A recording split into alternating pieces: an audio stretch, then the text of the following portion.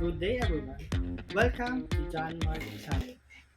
Hello, everyone. We have new lesson in MAPI 7 for Physical Education and Health, which is all about Hispanic influence dance of the lowland Christian.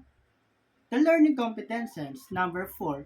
This lesson is under Matatag curriculum. Ang content is Hispanic influence dances of the lowland Christians.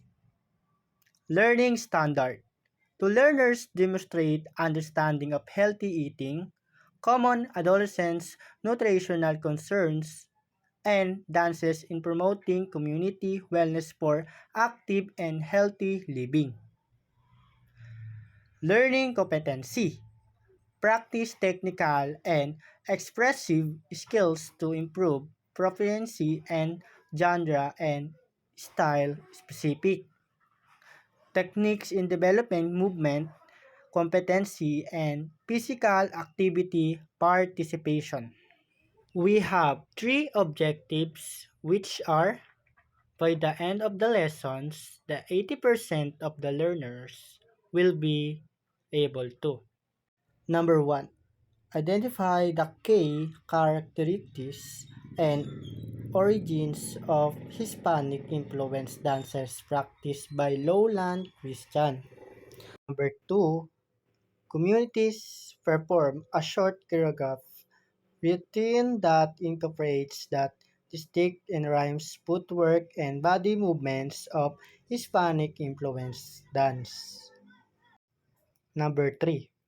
Appreciate the cultural significance and diversity of Hispanic influenced dances within lowland Christian common characteristics and origins of Hispanic ion of learning influenced dances practiced by lowland. Hispanic influence in Filipino folk dances. Filipino folk dances with Hispanic influences represent a vibrant tapestry woven from the historical interactions between the Philippines and Spain during the colonial era. Filipino folk dances.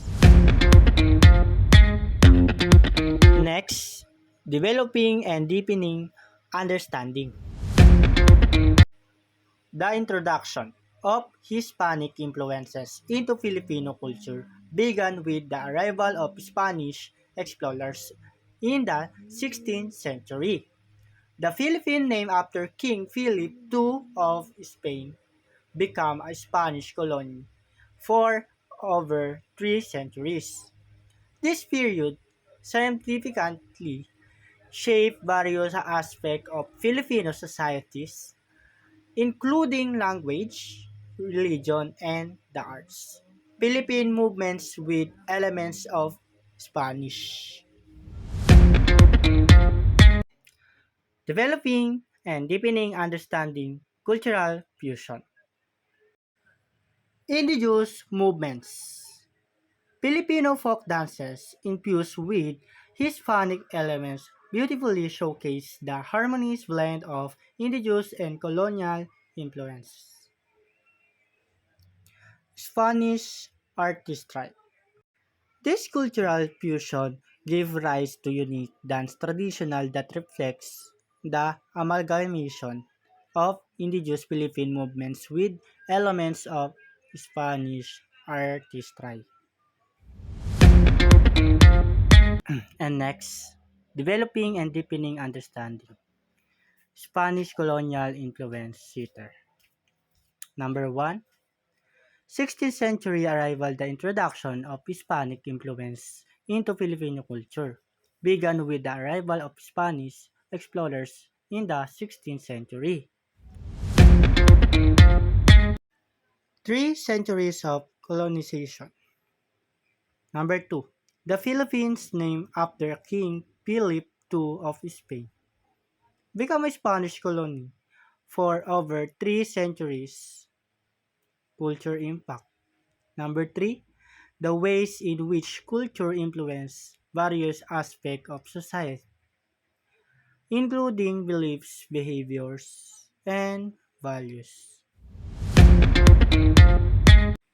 Dance choreography, native movements, Spanish flair. The dance seamlessly integrate native movements. The grace and flair brought by the Spanish influence.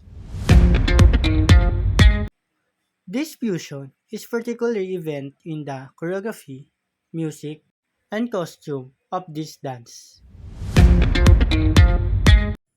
Habanera Putalina choreography. Number 1. It includes a procession of the bride and groom's parents, the bridesmaids, and groomsmen. Collective movement. Number 2. The dance is performed in pairs, but the pair move in unison as a collective group. Number 3. Comes from the full hand performance sambales for the choreography, the new waves. The female dancer we have Maria Claritire, male dancer. The male dancer we have wearing Tagalog and black pants, while the male dancer wear a barong Tagalog and black. Is formed from the Marie Clarification or hand crushing of in peace the couple romance scenario. And Filipino folk dances with Hispanic influence as testament to the rich cultural heritage of the Philippines. Showcasing the harmonious blend of indigenous and colonial traditions influences are the testament to the rich cultural heritage of the Philippines. I will give an example of the step the Habanera Batolena for the individual step. Number 1, 1, 2, 3, 4, 5, 6, 7, 8, 8, 7, 6, 5, 4, 3, 2, 1. Change step 1, 2, 3, 4, 5, 6, 7, 8, 8, 7, 6, 5, 4, 3, 2, 1.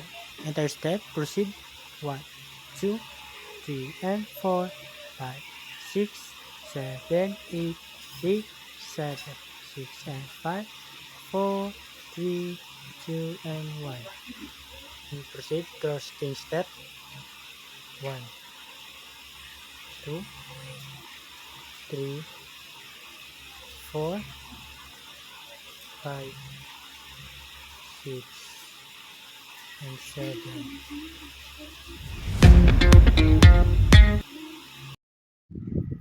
Thank you for watching.